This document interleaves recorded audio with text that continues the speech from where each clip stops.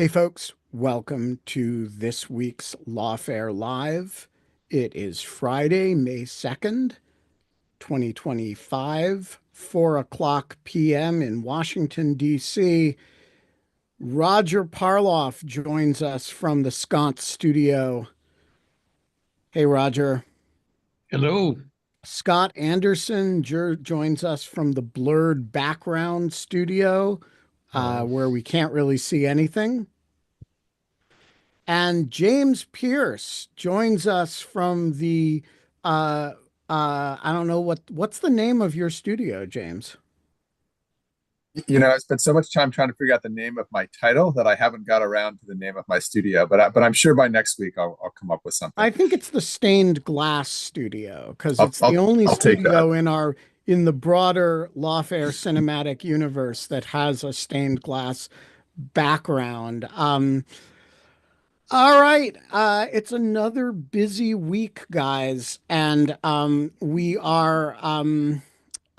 got a lot going on in litigation, and we're going to go through a whole lot of it rather quickly. But obviously, the big things that we want to focus on this week are two of the immigration cases, both of which Mohsen Mahdawi in Vermont and J.A.V in the Southern District of Texas, not usually the place you go for uh, friendly immigration decisions, have put a serious dent in the president's ambitions to deport large numbers of people for political reasons or under the Alien Enemies Act. So, Roger, get us started. Let's deal with the political deportations first. Um, what happened in Mahdawi in Vermont, and how big a deal do you think it is? Well, this was earlier this week. You probably saw it on TV or read about it. Mohsen Mahdawi, who had been one of the protesters at Columbia, he's 34 years old. He's got a green card. He's a legal permanent resident. And this was the guy who um, was arrested. He had come to his final citizenship interview. And he actually went through the interview and he signed the paper saying, he would take the oath of allegiance. And then the interviewer said, I need to leave the room for a second. And then three guys came in and arrested him and handcuffed him and took him away. So he's been here 9 years, very sympathetic facts. He had 135 letters on his behalf from many of them from Jews, professors at Columbia and so on. And the judge was very sympathetic. The reason I hesitate, I don't know how important it is because it's not a merits determination. It's really it's sort of a bail hearing. And the judge there are a bunch of, and this is true of a lot of the immigration cases we discuss. There are a lot of what are called jurisdiction stripping provisions in the statutes, where at various times Congress decided we don't want courts interfering, or we don't want them issuing injunction, we don't want this or that. And so, and they aren't easy to understand. Judges don't like them, so they've made narrow distinctions. And so a lot of this ruling is a sort of a grand slalom past four of these jurisdiction stripping provisions. And eventually he gets to, he doesn't really get, if you remember, he was one of the ones where Secretary Rubio makes a finding, and I don't have the words in front of me, something to the effect that there's a reasonable likelihood he'll have an adverse effect on our foreign affairs policy. And he doesn't really do an analysis of that. He says that to get released, you have to show something extraordinary.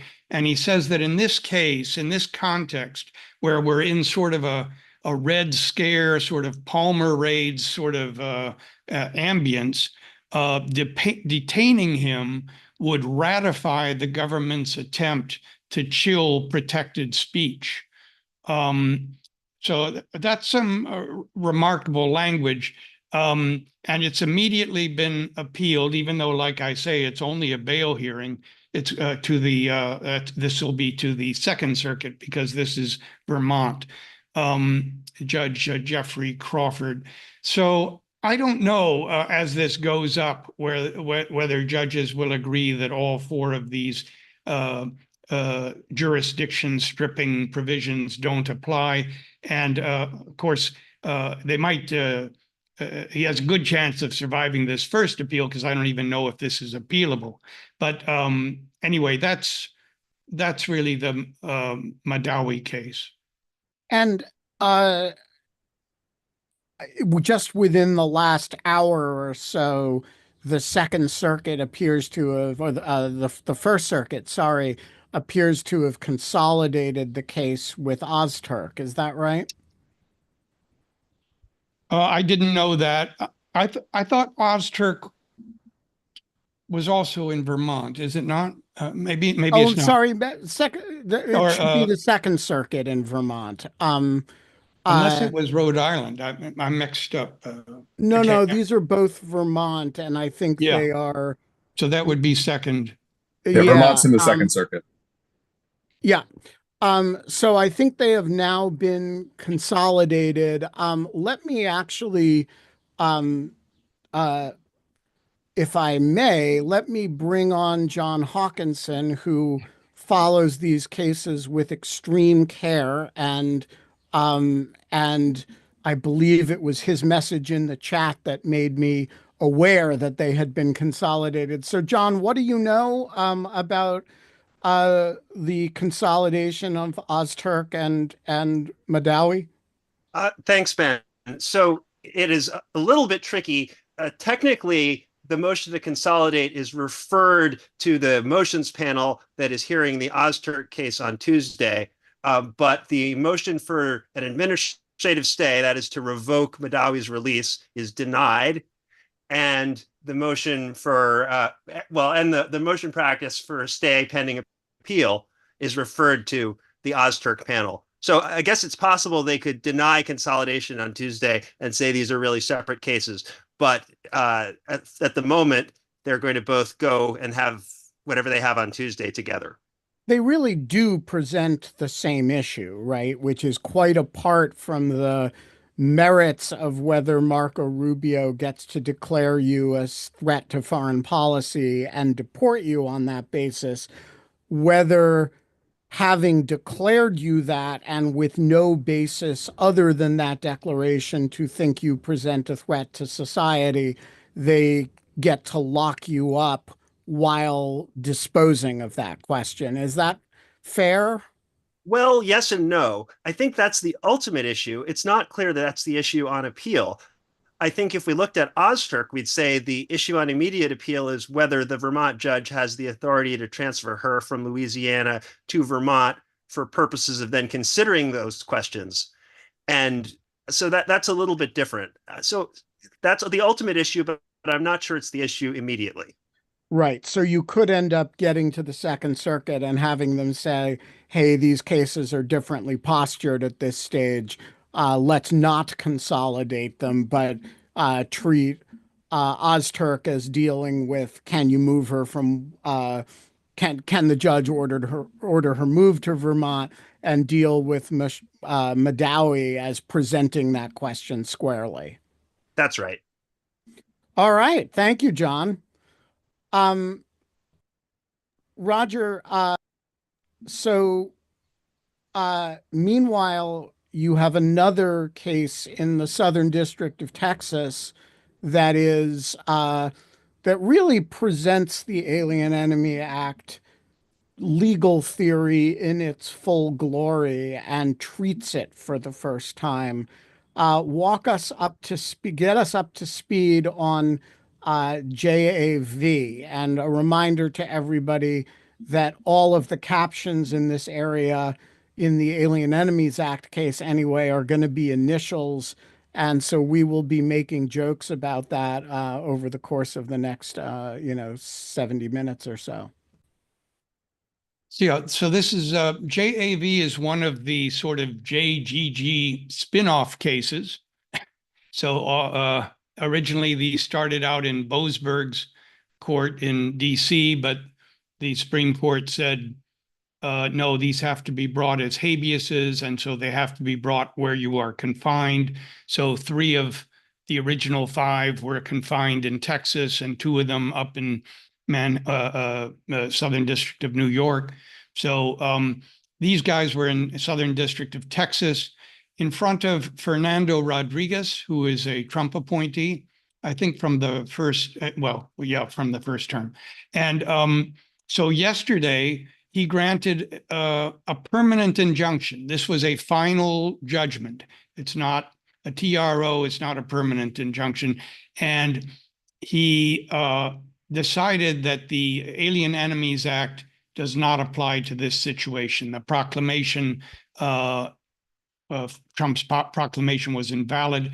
The words invasion and predatory incursion in context and historically, structurally in the statute and also historically had referred to military activities, not this sort of thing.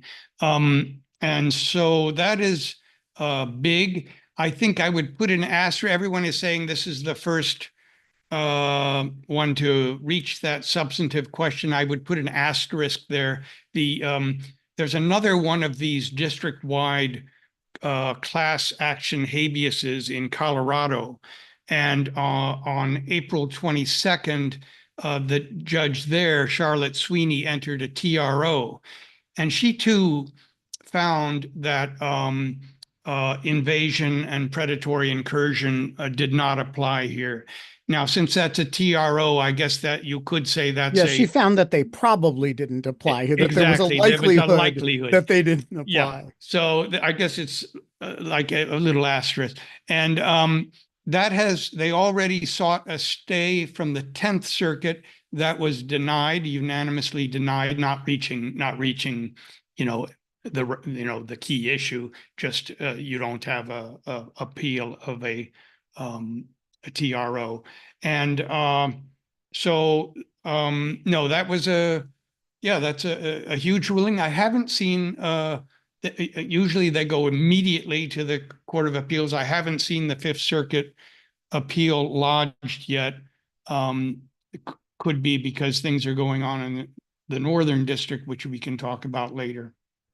Yeah, so let's, I mean, it seems to me if you are losing district court judges in Texas, and let's, Trump appointed district court judges in South Texas, that is not a good sign for your vitality in the Supreme Court. Is that just if we're reading tea leaves here? That's how it hits my, I'm not a Supreme Court expert, but that's how it hits me. I think district court judges in Colorado are one thing, but if you cannot persuade a district court judge in Texas and you're going to the Fifth Circuit asking them to, that's a pretty striking failure. Yeah. And by the way, I might have mispronounced his first name. It's Fernando Rodriguez. I don't know if I got that wrong the first time. All right. So meanwhile, Judge Royce Lamberth, so we're going to move away from the immigration cases. Before we do that, can I just make one comment about the J.A.V. Just briefly that I think is worth an observation about the ruling itself, which is one thing that I found interesting, and I didn't read it as closely as I would have liked, but as I read that opinion, a lot of ink was spilled on the political question doctrine and the extent to which the court itself could, in fact, rule on a matter, and courts as a general matter could rule on something where the Alien Enemies Act seems, at least in some part, to commit to the discretion of the executive branch and the presidency, and the president rather, this determination of whether there have been things like an invasion and a predatory incursion. And, you know, as I read it, and I'd be curious if others had different reactions, it was almost as though there was like a failure to state a claim in the proclamation without going into the specific facts. In other words, saying, here's how, as a matter of first principles, we define these terms. And then looking at the proclamation, it doesn't look like it actually adequately sets out that there has been a predatory incursion, an invasion, which to me raises this interesting question of, does that mean that the Trump administration could go back and kind of reissue a proclamation to clean up kind of what's what they thereby proclaim, and then they have avoided this problem, or in which case it's not in fact reachable by the courts or not? I don't think that's right, but it was something that I found sort of curious. And as I said, I don't know whether Roger or anybody else had reactions in reading the decision itself. Yeah, can I just point out that I've always thought the premise of this argument, that you're right, you hear a lot of people make on behalf of the administration, but I actually think the premise of it is wrong. And the statute does not, in fact, commit this judgment to the president. What the statute says is, whenever there is a declared war between the United States and any foreign nation or government, or any invasion or predatory incursion is perpetrated, attempted, or threatened against the territory of the United States by any foreign nation or government. So that is an objective condition, not dependent on the president's proclamation. That's clause 1. And here's clause 2. The president makes public proclamation of the event. That is those are the two necessary conditions. So one of them is a presidential proclamation of the event. The other is a factual matter that there is an event to proclaim. And so I don't really think I actually think if you look at it, it's not like, some of the immigration statutes, when the president finds that blank and blank and blank, when the president declares a national emergency, blank, blank, blank, that really commits the substantive judgment to the president. Here, the substantive judgment is actually treated as a matter of fact, not, so the two conditions necessary are that there has to be a factual predicate, and the president has to proclaim that it's the case. And so I've never understood the sort of Stephen Miller, this is committed to the president's discretion thing. What am I missing, James? Well, so I think that's, a colorable argument. I guess the point I was making is that's not exactly how I read the district court itself to have ruled here. And I thought the district court was taking the position that, in fact, these factual determinations are committed to the president's discretion, the executive branch's discretion. And there were many places in the opinion, I don't have it up on my screen in front of me, where it was sort of saying things like, I'm not looking to encroach on the executive branch, but here the particular facts in the proclamation just don't establish either a predatory incursion or an invasion, which to me again raises this question. I'll be very curious to see as this moves up, as I'm sure it will, to the Fifth Circuit and probably back to the Supreme Court, where we have a court that, by the court, the Supreme Court still kind of, I think, working out, particularly in this immigration context, how much is committed to in immigration enforcement to the executive branch, how much is committed in an abstract sense, and then how much they want this administration actually operating immigration policy, and kind of trying to strike a balance. I think that the more and more we see the Supreme Court skeptical of this administration's initiatives, the more compelling or inviting the sort of interpretive path you've laid out becomes for the court. So I think that will be interesting to watch. All right, before we move on, Scott and Roger, do you have any thoughts on what the right interpretation of this statute is? Is it a lot of deference to the president's proclamation? Is it the way the court interpreted it, or is it the way I interpret it, which is you don't need to defer to the president here? In JGG, I noticed that when they quote from Ludecky, the post World War II decision, they mention that what's judicially reviewable is not just constitutionality, but interpretation of the statute, interpretation and constitutionality. And if you're interpreting the statute, I think that's going to give you room to say, invasion, what does that mean? And does it apply here? It's close, and but I think it's reviewable. Scott, what do you think?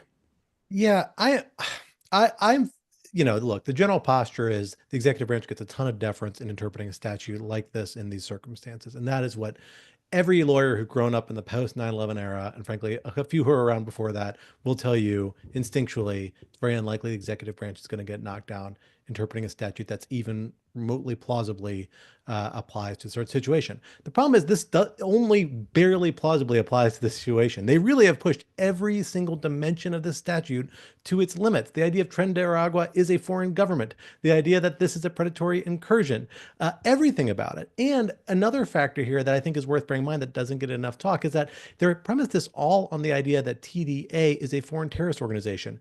Congress enacted an entirely different statute that provides express and direct removal procedures for FTO members 200 years after this statute. So I think usually in the context of statutory interpretation, you would say, well, maybe that's a sign that Congress intended that law to apply, not this other law from 200 years prior.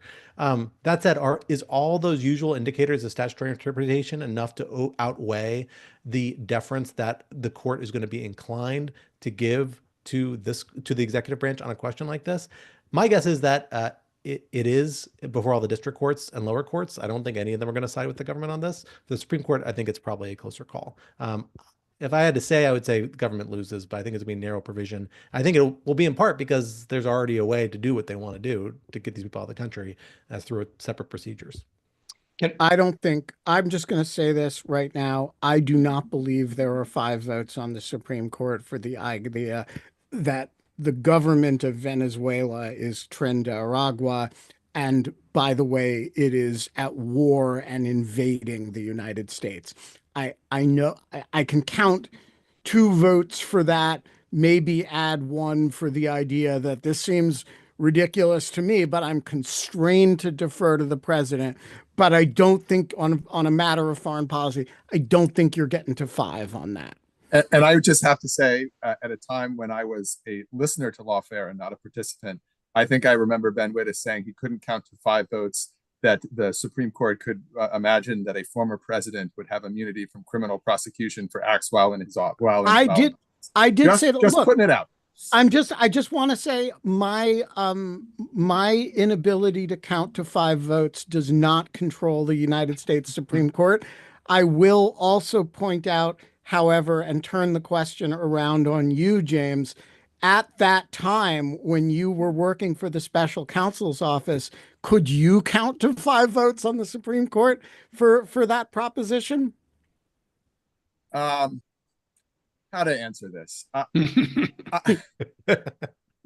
There were it up, dude. There were those who thought the idea that you could even count to a few votes was preposterous. There were others who thought this was going to be awfully close, and awfully close it was. And are we saying which camp we were in on that? I had concerns, but I thought we would prevail, and then we had argument, and then I didn't think that anymore. All right. Just Roger, sorry, go ahead. One final thing, and we've spent a lot of time on this, but on the principle that at Lawfare, we never lose an opportunity to mispronounce a Latin phrase, and this case was decided partly on the basis of Nascatur Socius. It's a phrase that James knows very well. It's one of Chief Justice Roberts' favorites. It was the idea that, roughly speaking, a word is known by the company it keeps. And so these words, invasion and predatory incursion, were very near references to warfare. And so it probably means military incursion or warfare. This obviously, this was a phrase that came up in the Fisher case as well. And of course, it also came up in the other important point here is context. This was passed during the quasi-war with France, which was, of course, contemplated to be preparatory to an actual war. And this was imagined in that context. All right, James, let's talk about Royce Lamberth, the judge that you least want to confront on the district bench as a government lawyer, who did not seem very sympathetic with the government's efforts to withhold money from the from Radio Free Europe, Radio Liberty. Yeah, that's exactly right. This week on Wednesday, former Chief Judge Royce Lamberth entered a TRO and required that the government, in fact, pay out the about $12 million.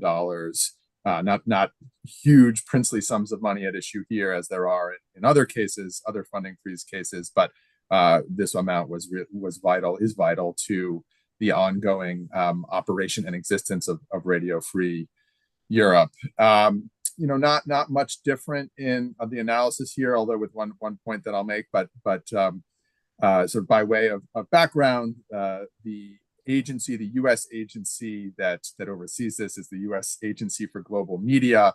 They had a long-lasting kind of mutual agreement with Radio Free Europe. Congress appropriated money. There was some negotiation between the U.S. Agency for Global Media and Radio Free Europe, but basically money was passed along to the broadcasters, journalists, and others who worked on getting out sort of the message of Radio Free Europe for years. And then when the new administration came in, they put a pause on this.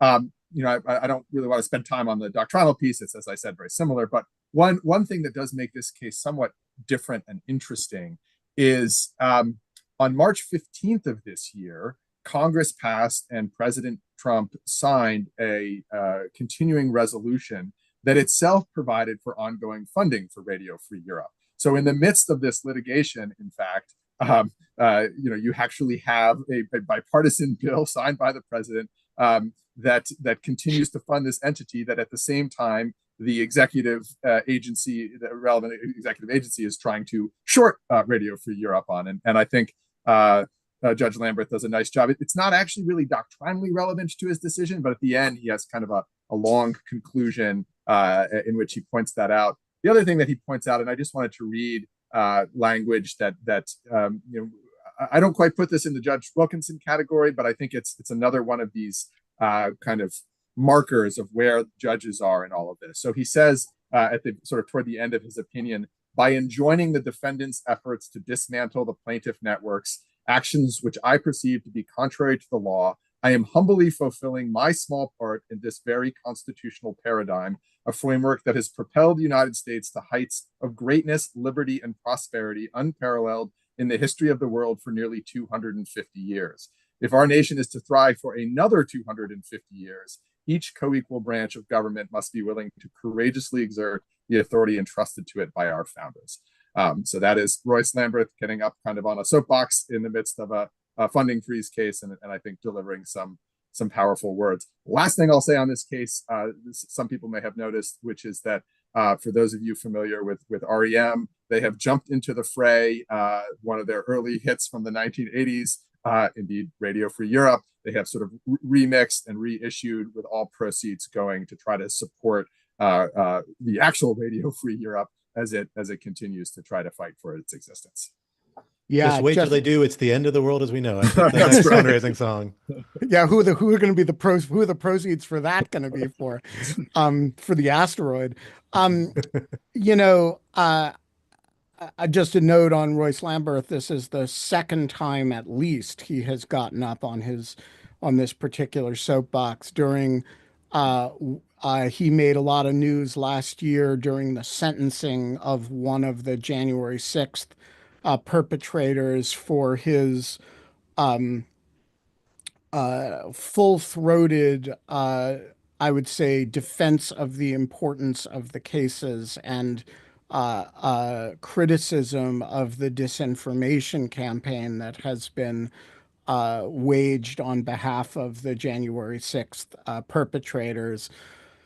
And um, I think spoke for a lot of the district court bench in that speech. Obviously, all district court judges are their own masters, but I think he really did capture something that a bunch of them were thinking and feeling at the time. All right, James, while we've got you, let's talk about the latest bizarre case of seeming politicization of DOJ prosecution authority. This one is not in litigation, at least not yet.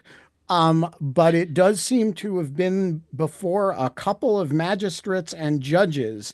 Courtesy of the New York Times, what do we know? Yeah, so this is a story that just broke yesterday, though, referring to events that happened a bit earlier this year, and as you say, Ben, very much focus on still more kind of internal looks at what the current Justice Department looks like and the relationship between the political appointees in the department and a lot of the career staff that has been working there. So, background to the story: in late February, I think it was the 26th. There was a pro-Palestinian group that staged a sit-in on Barnard College, part of Columbia. And shortly thereafter, according to the New York Times report, the Amo Bove, who I don't recall whether he was still the acting Deputy Attorney General at that point, or he was the number two, which is the principal associate Deputy Attorney General, but in either case, a very high up member of the Justice Department, and one I think whose name we all know from both his time representing now President Trump, as well as when he was the acting Deputy Attorney General and was very much involved in the Eric Adams dismissal case. So Bove, according to the reporting, essentially quickly moved to try to get this matter investigated criminally. Not using, interestingly, and this becomes relevant a bit later, his former office, the Southern District of New York U.S. Attorney's Office, but in fact, civil rights attorneys out of Maine Justice. Directs them first to try to get some kind of a membership list of a group called Columbia University Apartheid to Divest. It's actually not clear from the reporting that was the group. Maybe it was. Maybe somebody else has seen that, but that was certainly the group that Bove was interested in getting information about. He then wanted to get a search warrant for some kind of Instagram page, and there was a lot of pushback from the civil rights folks who felt that it was either a First Amendment problem or a practical problem to actually get this information. Then the article reports, and it's not clear to me if it's the same search warrant or a different one, but there was an effort to obtain a search warrant. Again, it may have been for this Instagram page, so non-public information kept and stored by Instagram. The government goes to try to get a warrant from a magistrate judge who rejects them. And says you haven't established probable cause of a criminal violation to entitle you to carry out the search. Then, according to reporting, the government appeals. That is somewhat unusual, I will have to say, for folks who don't know. Often the interplay with search warrants is actually, rather than going quickly to appeal to a district court judge, a magistrate judge will not infrequently sort of signal, look, you've got to get probable cause of this offense, you got to establish this, and this. I see probable cause for elements 1 and 2, but you haven't set it out for 3 here. What is it? And so then the agents and the prosecutor go back and work it up, and you go back to the magistrate judge. That kind of iterative process is actually not so unusual. I don't know whether folks know that or not, but it's not so unusual. Seeking an appeal is somewhat unusual. So you go to a magistrate judge first. It's appealed to a district court. According to the reporting, the district court judge ordered that the chief magistrate there reconsider the warrant application. According to reporting, the chief magistrate comes back and gives an even more damning assessment and says, no, you definitely don't have a PC to get your search warrant here. And by the way, if government, you are ever inclined to try to seek to get a search warrant in the future, you need to include in your sort of packet of information that goes to whichever magistrate you're then asking for the warrant from, a transcript of this sealed hearing where presumably the chief magistrate has spelled out all of her concerns with the warrant. That's very unusual. Not entirely sure the chief magistrate can require the government to do that, but nonetheless, it's a pretty powerful signal of her views on the propriety of seeking the warrant here. One other detail that certainly stuck out to me and perhaps others who saw this is that according to reporting as well, Beauvais at one point directed or instructed FBI agents to put on riot gear and essentially sort of stand near protesters to try to intimidate them. The reporting suggests that did not in fact happen, but again, another kind of marker or signal of the way that the political folks, the kind of the newer folks into the Justice Department have been operating. Last point that I'll just make to kind of round this out, and I alluded to it earlier, I think the article says quite a bit about the tensions between Beauvais and the political folks and the career, so both two entities, both the career folks at Main Justice and the Civil Rights Division, although I think there's been some reporting recently suggesting that Civil Rights Division at Main Justice is getting a bit of a makeover at this point, and a lot of folks have left. But also the relationship between Main Justice and Beauvais' former office and Todd Blanche's former office, the Southern District of New York.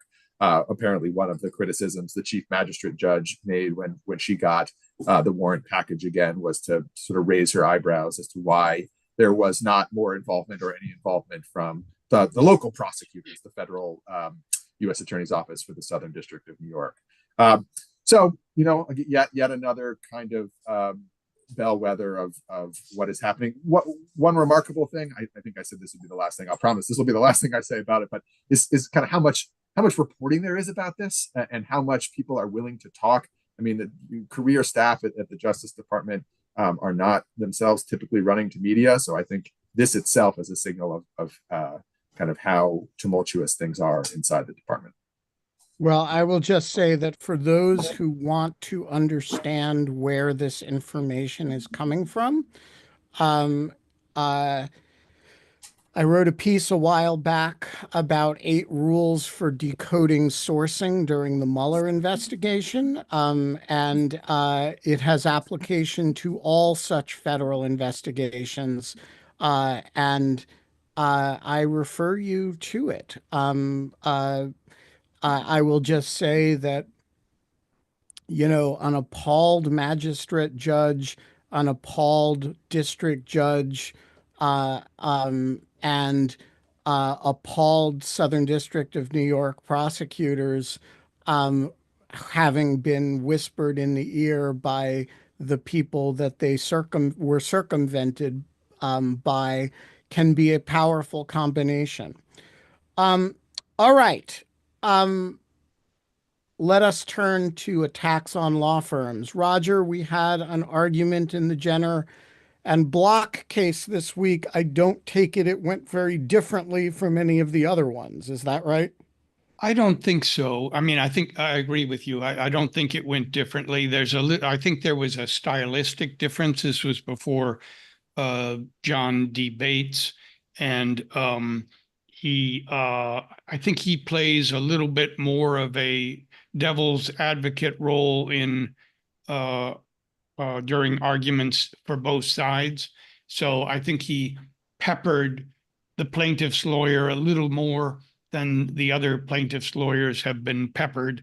I think it's going to come out the same way. I think the only issue is do you strike down the entire thing, or are there single provisions that might survive?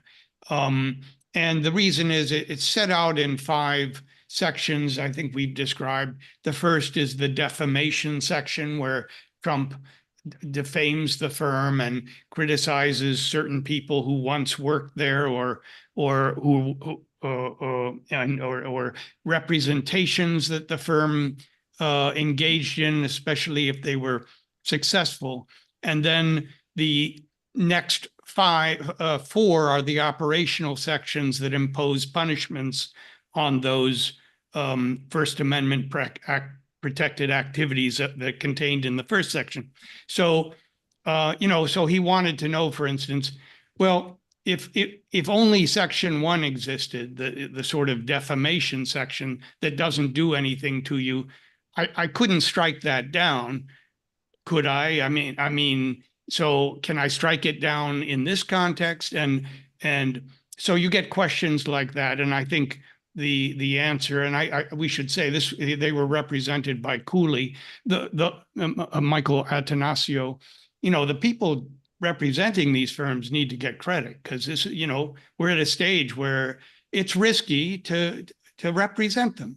And anyway, I think he got across the idea that you have to strike down even that phrase, because otherwise the government agencies might still operationalize these punishments on the basis. You have to say the direction is to the agencies. You cannot rely on the paragraph 1 in order to punish these firms.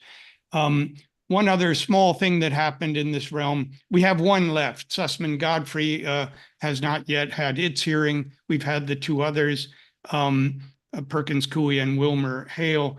And Perkins Coie, there was an issue that arose. It's actually in all of these cases. When it comes to the injunction, the government was saying, well, the only ones that can be subject to the injunction are the named defendants. And Perkins had tried to, and there's only like 8 named defendants. And so Perkins had tried to say, had added United States as a defendant. So that means all of the federal agencies. And they said, no, it has to be. And so they amended their complaint and added 300 additional defendants and federal agencies. And the caption is now 40 pages long. So. Well, I oppose 40-page long captions, irrespective of whether they're justified. It's like it shouldn't ever happen.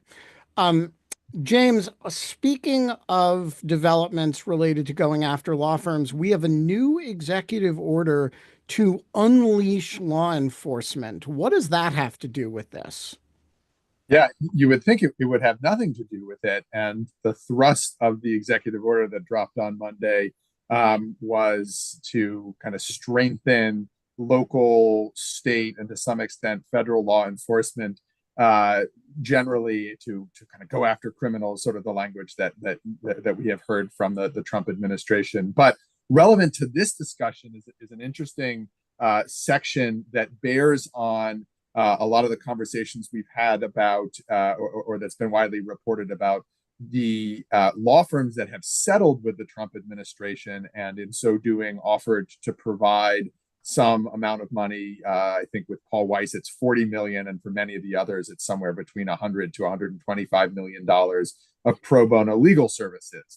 So Section 2 of this new executive order directs the Attorney General to provide legal resources and an indemnification to law enforcement officers who, quote, unjustly incur expenses and liabilities for actions taken during the performance of their official duties. And then further says that this, this provision of legal resources shall include the use of private sector pro bono assistance for such law enforcement officers. So what I think that is saying, in essence, is that one view that the president or that the administration more broadly has about the kind of pro bono legal services it will get from the, I think it is 8 law firms that have settled with it, will be representation in cases like 1983 matters, where officers have been sued for excessive force or things of that ilk. So it's interesting to see. There's also been reporting suggesting that it's not really clear whether the law firms and Trump or the Trump administration have had a meeting of the minds and on what pro bono services would be. And hard to imagine that a lot of the law firms had this in mind when they were signing up. But certainly, what we get from the executive order suggests this is very much forefront in the mind of the Trump administration. So in other words, let me just get this straight. The executive order says, go ahead and rough people up. It doesn't say it in those words, but and if you get in trouble, the law firms I've been extorting are ordered hereby to provide pro bono services to you. I certainly think that is a pretty concise way to read it. Query for a moment what happens if the law firms were on the other side of that, representing any of the plaintiffs who had been roughed up. That's yet another set of problems. But yeah, I think that is a fair way to read the executive order. All right, let's shift gears and talk about the transgender military service ban case, which has seen some development this week as well. Yeah, we talked about this a little bit last week. This is now up at the Supreme Court. There were three cases, well, I'll back up just so we're all on the same page. There was an executive order in the early days of the administration that essentially purported to ban the accession, that is the sort of the joining and the retaining in the military and the armed forces of individuals who are transgender, who identify as transgender. The executive order, as we talked about a little bit last week, uses the term gender dysphoria in one place, but then also has quite a lot of pretty sort of hostile language about sort of the individuals who are transgender. So there were challenges to the executive order as well as the policy that the Secretary of Defense, Pete Hegseth, put in place in a couple of different places in DDC and in the Western District of Washington and in New Jersey. Some of those moved up. The plaintiffs, the challengers, prevailed both in the to get injunctive relief in the district courts in two of those places. The New Jersey one was put on a TRO, and then once there was a universal injunction, sort of paused that case altogether. As we talked about last week, after this is out of the Ninth Circuit one that started in the Western District of Washington, the government filed and sought the intervention from the Supreme Court and basically kind of tried to make two arguments. One was, look, the policy here under this executive order and this Secretary of Defense is very similar to a policy that former Secretary of Defense Jim Mattis put in place back during the first Trump administration. And by the way, when that came up to you before a Supreme Court, you stayed its enforcement. You applied rational basis review. You should do all the same things again here. We got a filing yesterday from the challengers, the respondents at the Supreme Court, and they basically say, no, that's not right. First of all, the ban here is far more extensive and pervasive than anything that the Mattis policy had tried to put in place. The Supreme Court never actually weighed in on whether, as we talked about last week, what level of scrutiny applies to this, whether it should be some sort of heightened scrutiny, like an intermediate scrutiny as opposed to rational basis review. And then the respondents make arguments that this is sex-based, motivated by animus, and thus entitled to heightened scrutiny, and that the ban cannot survive that review. So I assume the government will file a reply somewhat quickly, and then it will be among the handful of things that we're watching still on the Supreme Court's docket. But I would think hopefully the Supreme Court will rule on that soon. But it'll be interesting to see what the government comes back in reply and what the court ultimately does with it. All right. We've come to the Scott Anderson portion of the show, which is going to cover a wide range of subjects, but begins with something we actually haven't seen a lot of from the second Trump administration, which is the administration as plaintiff. The administration has taken a lot of actions, executive actions that have prompted other people to sue it, but it hasn't done a whole lot of suing people until this week. Scott, who are they suing and what's the theory? Well, it's an unusual set of cases for a lot of different reasons, not just that the second Trump administration is now acting as plaintiff, but because of the posture of the cases, who's litigating, what they're litigating over. In a series of 4 cases, and I should note, these are the 4 we've seen so far that have been filed over the last 2 days. There may be 1 or 2 other ones lurking out there, or more to come along these lines. We've seen the Environmental Protection Agency and the Justice Department, through its Environmental and Natural Resources Division, ENRD, affirmatively filing as a plaintiff against a number of states over their environmental policies. In 2 cases regarding Michigan and Hawaii in district courts in those states, the federal government sued them to preempt them from filing a lawsuit that press reports indicated they intended to file against fossil fuel companies over the potential harms of fossil fuel companies, and particularly their extraction processes and the use of their products within their jurisdiction to those states. All right, now Then, hang on right there because I'm already confused. I'm, just a caveman and I never went to law school. But I thought that you had to actually, if I'm going to sue you, Roger doesn't get to sue me in advance to say you're not allowed to sue Scott. Isn't a lawsuit between me and you, between me and you? And by the way, doesn't it not exist until I file it? I think that is generally the accepted wisdom of this. The traditional understanding is that our Constitution does not allow the federal courts to engage in strictly advisory opinions. You need a case or controversy. This is actually a point that has been drilled down, in particular by conservative legal figures, really aggressively over the last 50 years, including several Supreme Court justices. This is the idea of standing. You need to actually suffer actual harm, injury in fact, that's can be causally linked to an action against by the defendant, and that can be redressed by addressing the underlying cause of that, by some action the court can address and direct. These lack most of those indicia by most conventional standards, because there's no harm being inflicted yet, because nothing's actually happened. In theory, if there were like really clear imminent basis for enforcement action, maybe you could have standing to pursue that has happened in certain circumstances. It's not clear to me that that's here, and usually that would be done by somebody who's worried about being the subject of enforcement action. The federal government here says we are injured. They actually assert a parens patriae theory, another abused Latin term, that essentially means they are stepping into the feet of these fossil fuel companies and protecting their interests, because the federal government has an interest in protecting their interests. Something that's a little controversial in and of itself in some regards, but also saying that, well, these are intruding on federal policies. They are saying that these potential lawsuits would intrude on the foreign affairs power. It would intrude upon the interstate commerce clause and on the regulation of foreign commerce, as well as on a number of federal pieces of legislation like the Clean Air Act that Congress has enacted. These are a range of what are known as preemption arguments, essentially saying, look, the federal government has occupied the field here. These are issues subject to federal regulation, at least in the first order, to the extent that the federal government chooses to do so, and they've done so, and states can't do anything here. Maybe those are valid arguments against a lawsuit like this. I have my doubts, but maybe they are.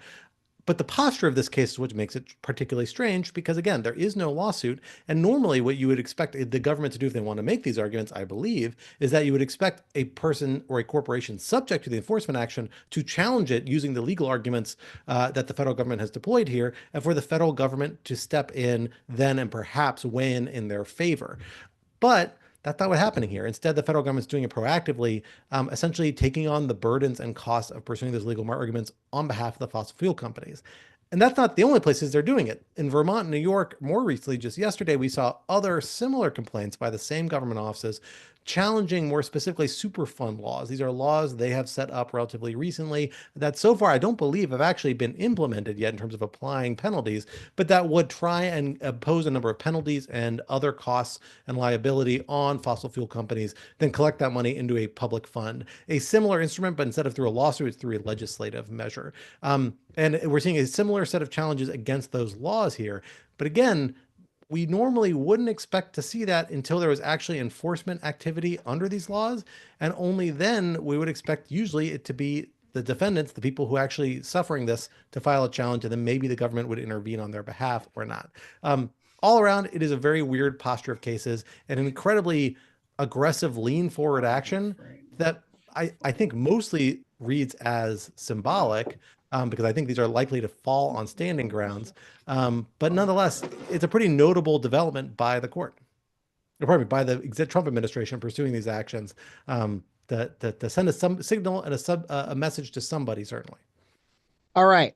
So we are joined by the estimable Anna Bower, who is in a room in her palatial mansion that I have not seen before. Anna, what room is that? Well, you're muted, Anna. It's the silent room. This is the Legal Eagle studio in my palatial mansion. I see. So have you been doing a Legal Eagle recording? I have, yes. There we Stay go. tuned. Well, you look like a federal judge in I that feel room. like this background and this this is like a amazing, like very professional camera. It makes me feel very like I could sign some executive orders targeting law firms here or something, you know? And be Oh and no. you could also be the representative, the managing partner of said law firm. So Get her a Sharpie. yeah. So we're going to come back to I feel Anna like I could be the administrator of DOGE from Yeah, here. but oh, you blew it, Anna. We were going to come back to you in a minute about the administrator of DOGE, but you had to pull the ripcord too Sorry. soon.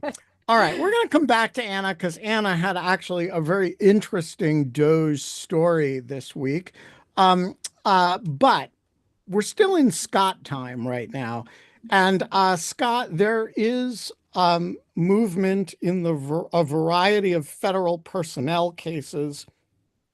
Bring us up to speed.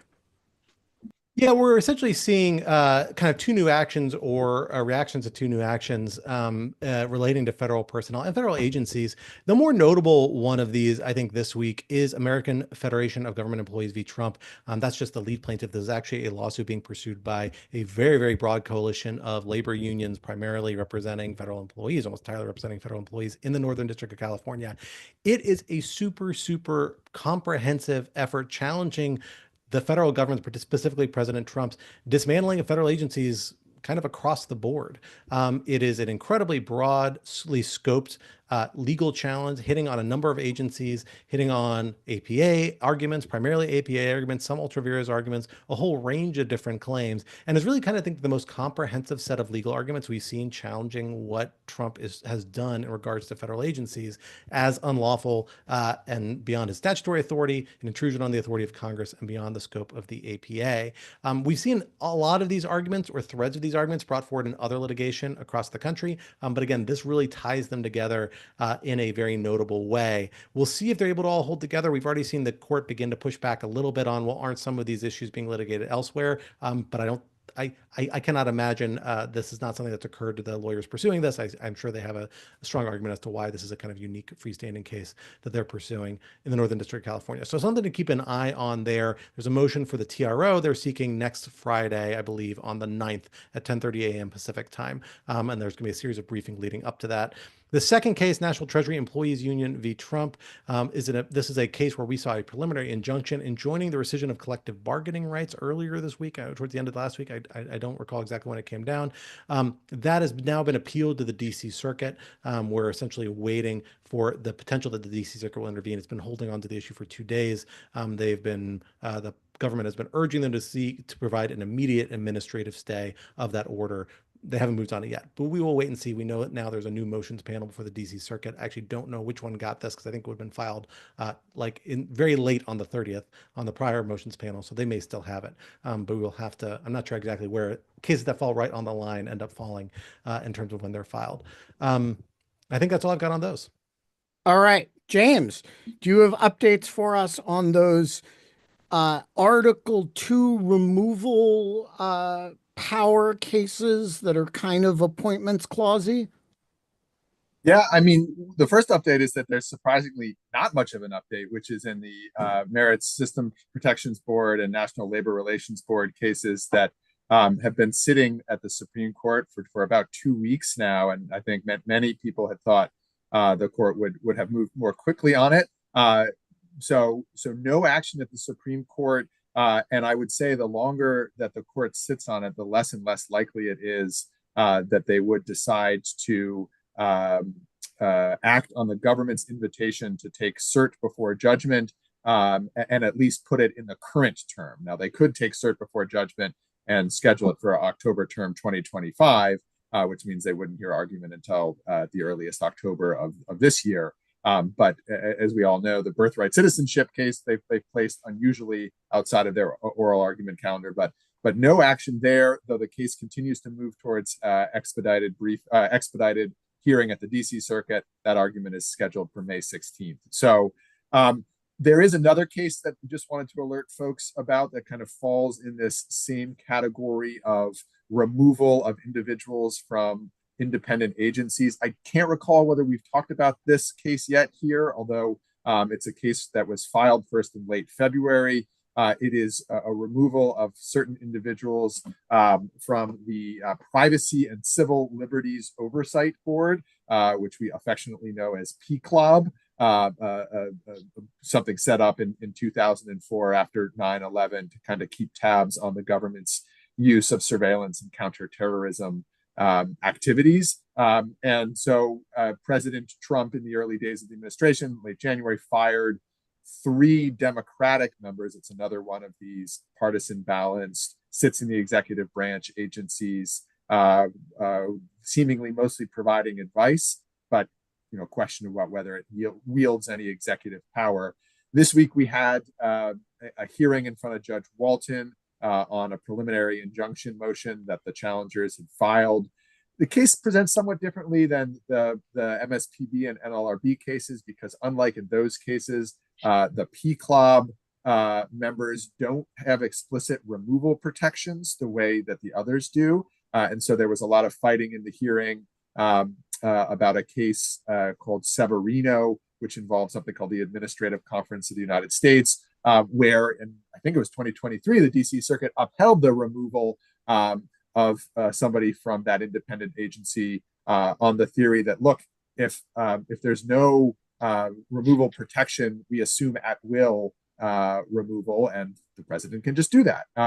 The challengers made some arguments kind of looking to statutory history, legislative history, to say there actually are kind of implicit removal protections here. And by the way, if there weren't removal protections, it would undermine the necessary independence for PCLOB members to do what they need to do. Judge Walton seemed kind of skeptical of both sides' arguments. He hasn't ruled yet. He said he hoped to get a ruling out shortly. But just I think another sort of indication of how many of these types of cases are in the pipeline. We've talked about already the existing FTC cases, the Inspector General cases, let alone cases like fired civil servants. So this is yet another example of that. I would expect we'd get a ruling on the preliminary injunction, hopefully some point in the next week or so.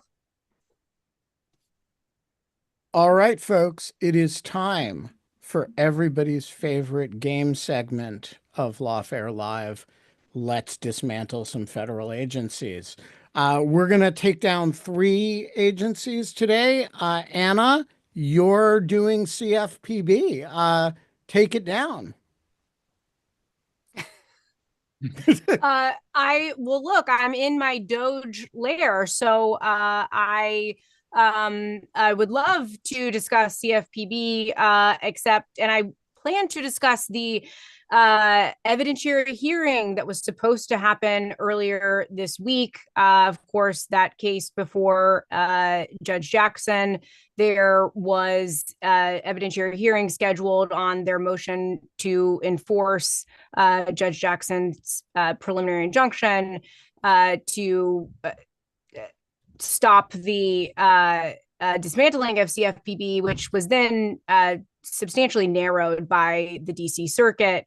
But after the DC Circuit said that there can be rifts that, the reductions in force so long as there's a particularized assessment, nonetheless, CFPB was pretty much dismantled anyway. So the plaintiffs brought a motion to enforce. There was supposed to be an evidentiary hearing over this. Gavin Klieger was set to testify potentially, as was Mark Paoletta, individuals who, in the case of Klieger, is associated with DOGE. And then Sunday night, right before the first day of the hearing, they got moved to Tuesday, but Sunday night, the DC Circuit intervened because the government had gone to the DC Circuit to try to put a stop to the hearing. Someone please correct me if I'm wrong about that, because I think that I might be confusing the many motions that have been filed in this case. It might have been the plaintiffs that went to the DC Circuit, but I think it was the government. And then the DC Circuit had a surprising move, Ben, in that they essentially said that they're going to re-implement part of the preliminary injunction that they previously kind of scaled back that Judge Jackson set. And it was Judge Katsas joined the majority in that opinion. I will hand it over to Roger whoever else is prepared to speak about CFPB, because as you might be able to tell from this response, Ben, I did not know that I was talking about CFPB today. But I hope that I did a summary that is at least enough of an overview to get us all the facts. Yeah, that was great. And let's go to, I think James will handle the DC Circuit end of it. And if not, then I will.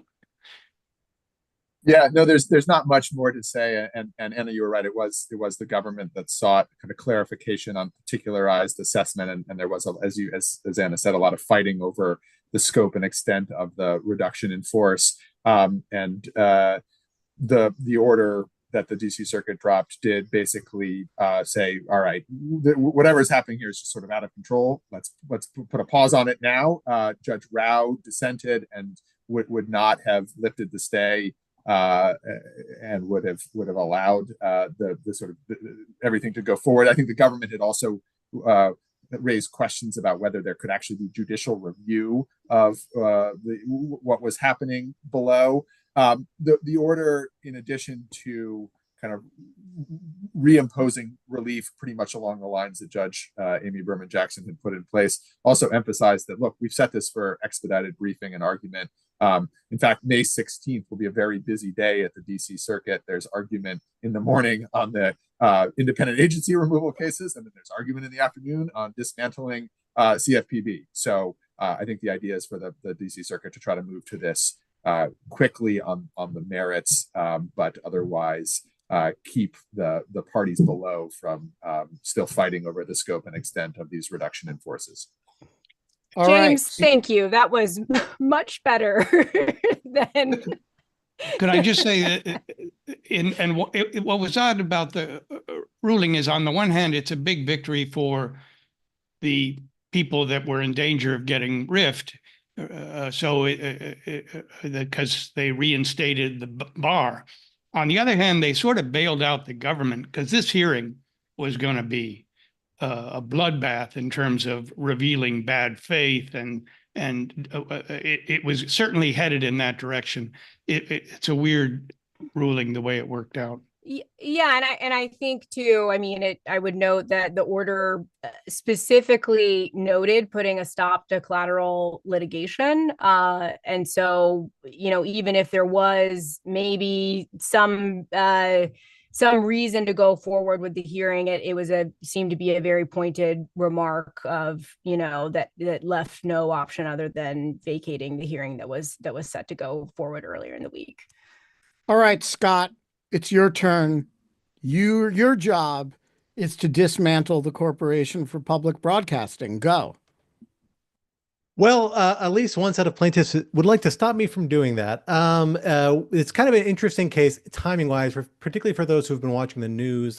Folks watching may have noticed yesterday, President Trump issued an executive order directing the Corporation for Public Broadcasting to end funding for NPR and PBS, among a couple of other steps.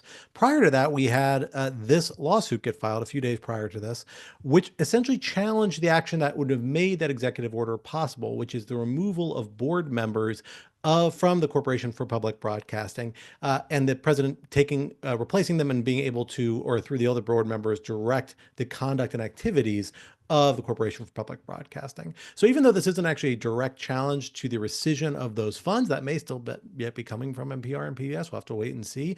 This is something very close to that, which is a challenge by the people removed from the board to saying, and on behalf of the CPB itself, look, you have actually not complied with the statutory requirements regarding the removal of our board members and also the conduct of our activities. They raised the point that the statute for the CPB, among other things, says specifically you're not supposed to be able to change our priorities or activities except through notice and comment procedures, which you haven't done here. So there's a whole range of statutory requirements built into the CPB's foundational statutory authorization that the plaintiffs here argue is not being complied with.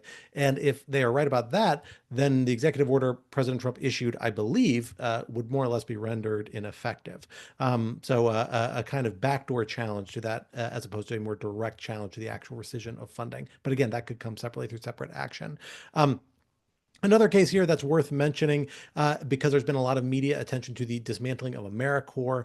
This is a step being taken in relation to the Corporation for National and Community Service, AmeriCorps, a program that employs Americans doing all sorts of important things in all sorts of parts of the country, including serving as teachers and different public health workers and other people, and particularly in parts, many of them in red states where a lot of these programs are very popular, supported by Republican state legislatures, state offices. We have seen a lot of comments from Republican statewide officials, Republican members of Congress criticizing the cutback of these programs, particularly as they specifically relate to their home constituencies and their home states and districts. But we now have a legal action being filed by a broad coalition, almost entirely of what you would consider blue states, or at least states that have blue attorneys general, challenging this action on a variety of APA and funding challenges grounds, a lot of the similar grounds we see for other sort of cuts of agencies and activities. A particular note here I think is interesting. It will be an interesting outcome if we see what has happened in the District of Maryland, where it's being filed in other contexts, particularly in the context of probationary employees. There, you may remember district court judges, in a reaction to the Trump's hostile posture towards nationwide injunctions, have actually, in at least the probationary employees context, and I believe one other case, trimmed what were originally nationwide injunctions to just affect the states actually serving as plaintiffs. So if that's the posture they pursue here, that means that if they get a TRO or preliminary injunction, it might only apply in the blue states that are suing here, not in the red states, many of whom are very vocally complaining about the cut of this program. We'll have to wait and see on that. Notably, there is actually one red state here, a conventional red state, that is the state of Kentucky. Governor Beshear, who is of course a Democrat, is suing, but not through the Attorney General. He's suing through his own general counsel in the governor's office, the Attorney General, a Republican, not participating. So just interested in politics around what is otherwise a pretty conventional case here that could have interesting outcomes in a couple of weeks when we get an opinion. All right, Anna, it's time. Who is the administrator of DOGE? You have to unmute yourself to answer. She's in the room of question. silence. She's not allowed to tell us. Exactly. Who is the administrator of DOGE? You will be shocked to learn that we still don't know. So look, this week in DOGE world, there was an interesting filing that I wrote about and we published a piece on Sunday It is called Of DOGE Directives and DOJ. And I encourage people to read it because it actually is a really wild story when you read the whole thing through and you start to understand what is going on. But it's a detailed story. I was looking at Court Listener, on Thursday night, and I saw that an administrative record had been filed in a case that, to be honest, I was kind of following, but not really. It is a case about the elimination or the cancellation of grant funding for legal aid services that provide services to non-citizens and unaccompanied minor children. There's a long kind of history to the litigation involving a memo issued by Pam Bondi that seemed like it was going to result in the cancellation of these grants. And then, there was a series of efforts by the administration to cancel them and then uncancel them and then cancel them again. But it all got to a point where in April, finally, the grants were terminated after, all these cancel and then uncancel efforts. The government, as a part of this suit that has been ongoing, filed its administrative record. And I start looking at the administrative record, and it contains all of these internal DOJ emails related to the cancellation of the grants. And Ben, the reason that I was interested in this is because one of the issues that has arisen in the appointments clause cases, for example, or in the litigation over whether DOGE is subject to FOIA, is this question of whether DOGE is an advisory kind of organization. Do they just advise on which cuts to make? Is Elon Musk just a senior advisor to the president, advising rather than, directing? And with that in mind, I start reading this and I realize that this might be one of the first examples of a direct chain of events that seem to suggest that the White House DOGE was communicating with and instructing the DOGE team members within an agency, this agency being DOJ, to cancel grants without really going through the channels of official approval and all of that. And it's kind of hard to explain because I again, it's very detailed, and I suggest that people read it. But the kind of general thrust of the piece is that, DOGE contacted the Justice Management Division within DOJ and, quote, instructed them to terminate the Acacia Center's contracts. The Acacia Center was the contract holder for these legal services contracts. Later that evening, a DOGE associate embedded at the Justice Management Division then directed senior Justice Department officials to immediately terminate the contracts. And then when they didn't do so immediately, the records suggest that he took matters into his own hands and solicited a contract officer to directly send the termination notice without waiting for the senior officials to approve it. And then finally that was rescinded. The contracts were canceled again. But I think that one reason why this is different from what we've seen before in some of the other documents in cases like the CFPB case or the USAID case, which involves a lot of the DOGE team members who are hired directly into an agency doing things. But the argument in those cases is that, oh, well, they're, agency employees, so, they have authority to do these things. But in this case, it seems like there is a chain of, White House instructions to terminate something that's going to a DOGE team member who's then instructing officials within the agency, and seems to be circumventing, some of the official channels that you would usually go through for a chain of command. So it's really interesting. Otherwise, in other DOGE news, there's also Elon Musk. They had a little goodbye party at the cabinet meeting for him, it seems, of sorts, yesterday, I believe it was, as he prepares to exit his role. I will just say that it kind of made me feel a little bit crazy because he's sitting there being asked by reporters who is going to lead DOGE after you leave. And he's saying, oh, well, like, it's like Buddhism, that you can't, you can't replace the Buddha or something to that effect. Meanwhile, he's not supposed to be the leader of DOGE. So I suggest, if you want to have DOGE induced madness, then watch that video. But that's all in the world of Witoad. Well, it's not quite all, because, James, we have some Witoad litigation. What's going on at the Social Security Administration? Yeah, and this actually is the breaking news segment of our Lawfare Live, because to not to bury the lead, we've got the Solicitor General's office yet again coming in. They have filed within the last, since we've started recording, so certainly I think within the last hour or so. But to back up, this is a case out of the District of Maryland in the Fourth Circuit. It is a challenge by various labor and membership organizations to DOGE getting PII, personal identifying information, from the Social Security Administration. The district court had granted a preliminary injunction to the plaintiffs. The Fourth Circuit and the government had sought a stay pending appeal. The panel in the Fourth Circuit had initially granted the government's motion, but then in a somewhat unusual move, although we did see this also in the DC Circuit and the Humphreys executor cases, the Fourth Circuit went en banc and overruled the stay, or vacated that stay.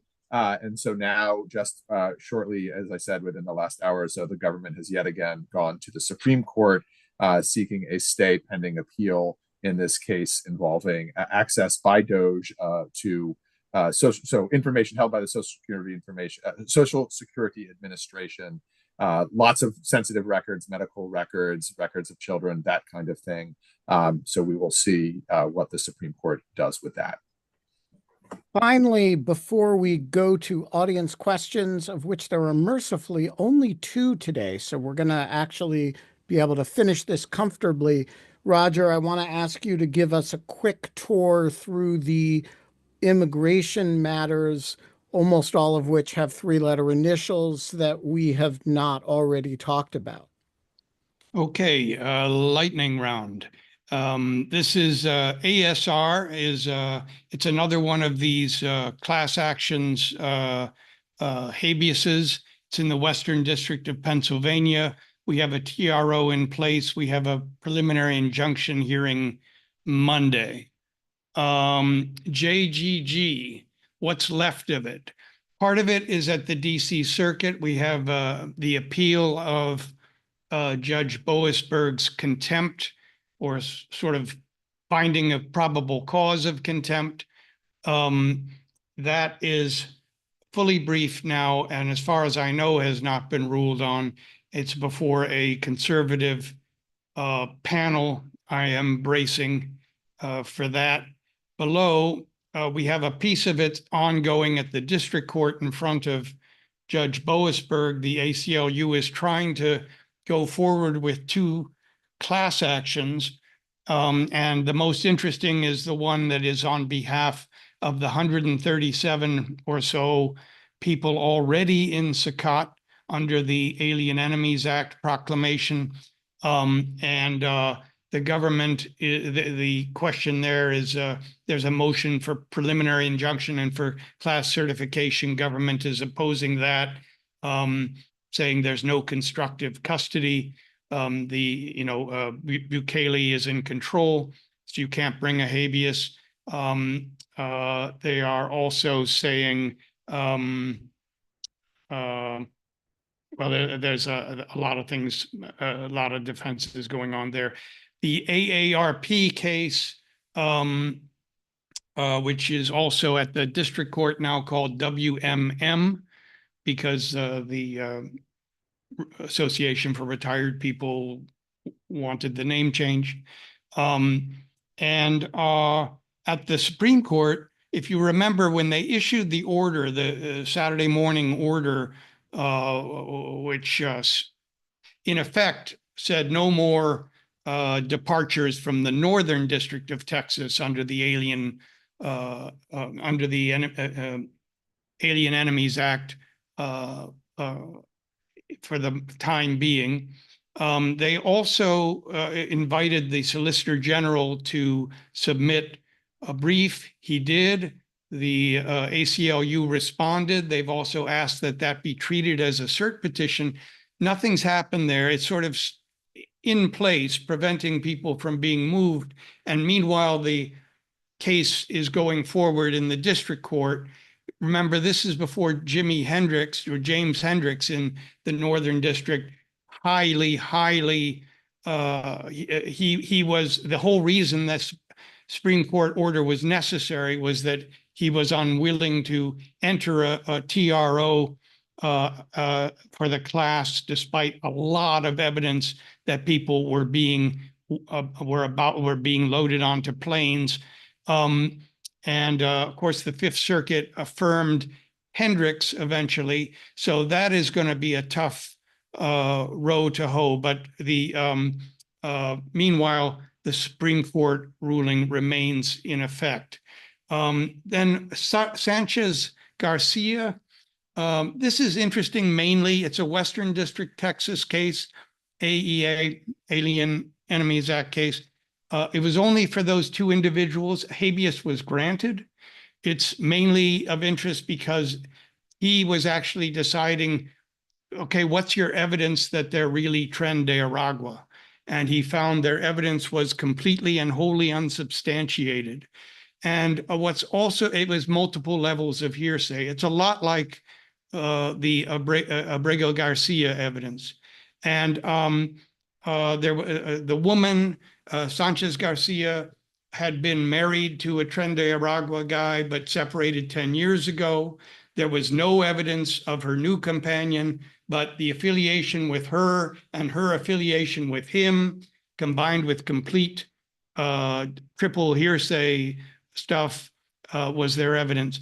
And also, this not only did he give them a habeas, about 3 weeks earlier, a different federal judge, Leone Brinkema, had issued a habeas in the same case in the Eastern District of Virginia, saying the declaration was the sorriest statement I've ever seen, talking about all the levels of hearsay.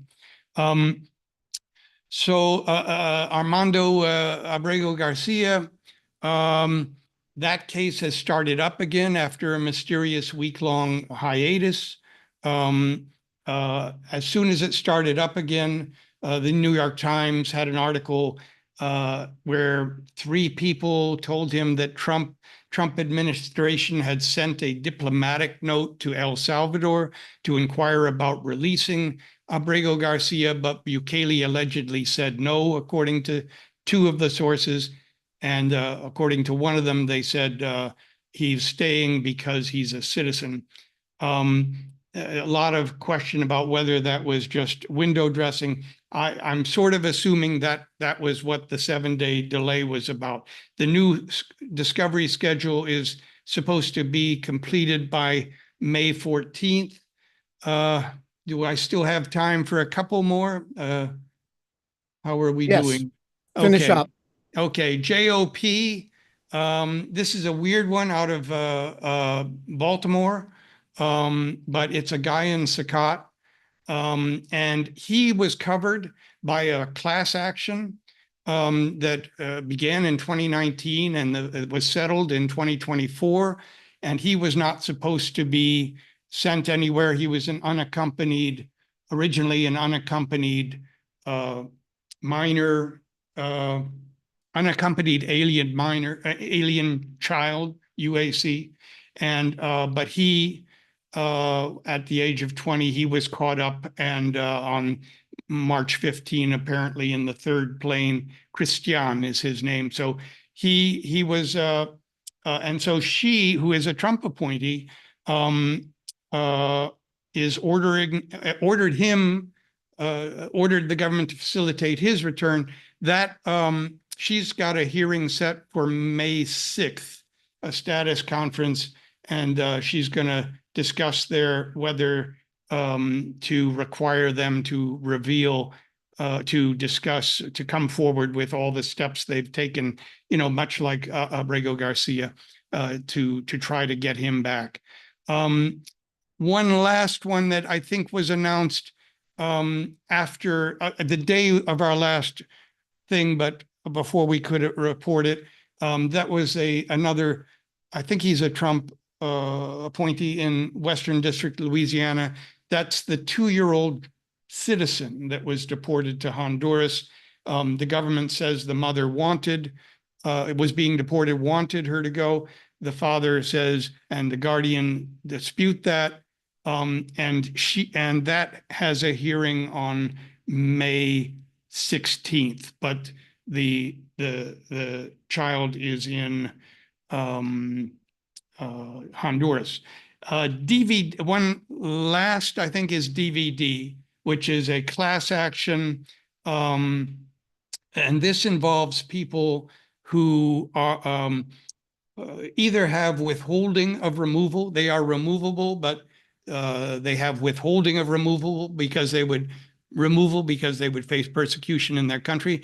Also, some people that just can't be removed because we don't have relations with their country, like Cuba and Venezuela. The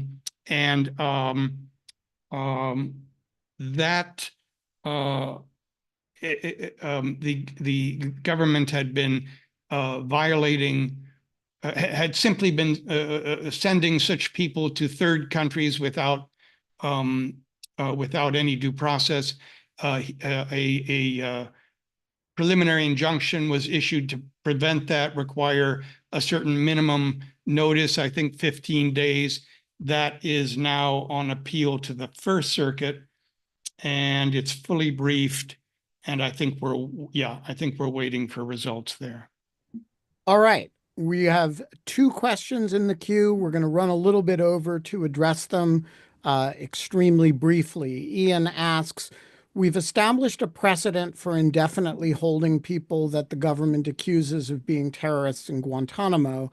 Someone like KSM was detained in a country with common law and a constitutional prohibition on indefinite detention, Pakistan.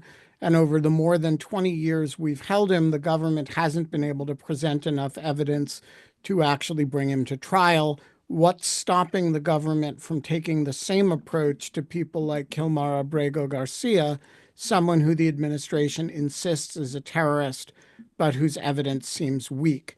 So I think the answer to this question is, first of all, it is not the absence of evidence that has prevented the United States from bringing KSM to trial.